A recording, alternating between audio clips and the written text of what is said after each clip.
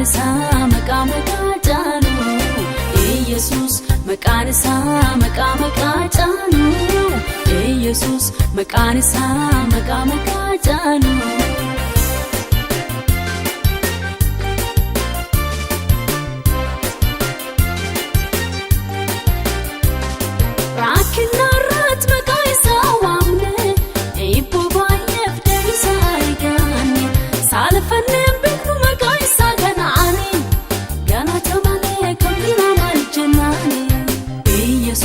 maqaan isaa maqaa caalu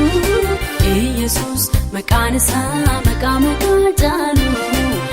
Yesus maqaan isaa maqaa caalu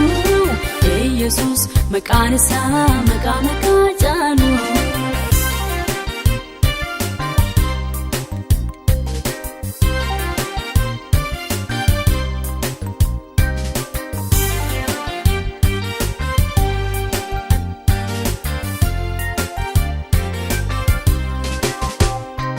maqaan isaa dibama fayyisa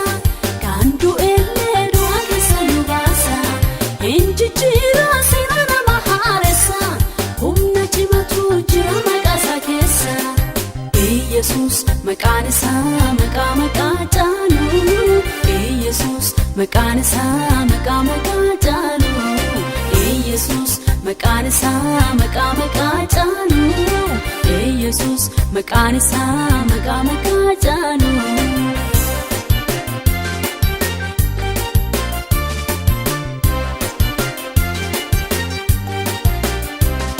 yoo kadhatanii kadhaa namaa deebisa qaaniin hin jiru mana Yesus keessa hunda kennaa ija tokkoon ilaala dhugumaan bee walli kenna jaalala Yesus maqaan isaa maqaa caalu Yesus maqaan isaa maqaa caalu Yesus maqaan isaa maqaa caalu Yesus maqaan isaa maqaa caalu dafii kootu gara isa ammuma kootu gara isa dafii kootu gara isa ammuma kootu gara isa dafaa koota gara isa ammuma koota gara isa dafaa koota gara isa ammuma koota gara isa dafii kootu gara isa ammuma kootu gara isa dafii kootu gara isa ammuma kootu gara isa dafaa koota gara isa ammuma koota gara isa dafaa koota gara isa ammuma koota gara isa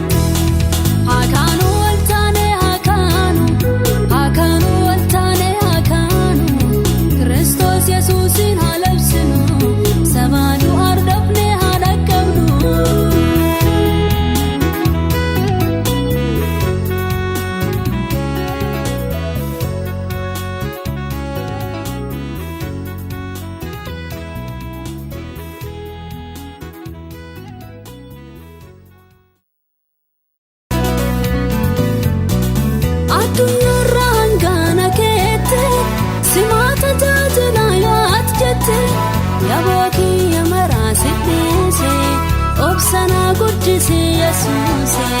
waada baay'ee anaa galteetta hanga anaa guutuuf sanunda mataa koo si jala salphise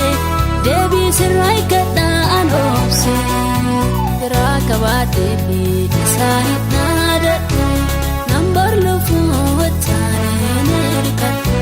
na jiraatuftu na ajjeeftullee na kabaajitu na salphiftulle birri koosimaa katti naadadhu waa tokkoon beekaasi waan hin salphadhu tokkoon beeku si waameen saalfadhu waa tokkoon beeku si waameen saalfadhu waa tokkoon beeku si waameen saalfadhu.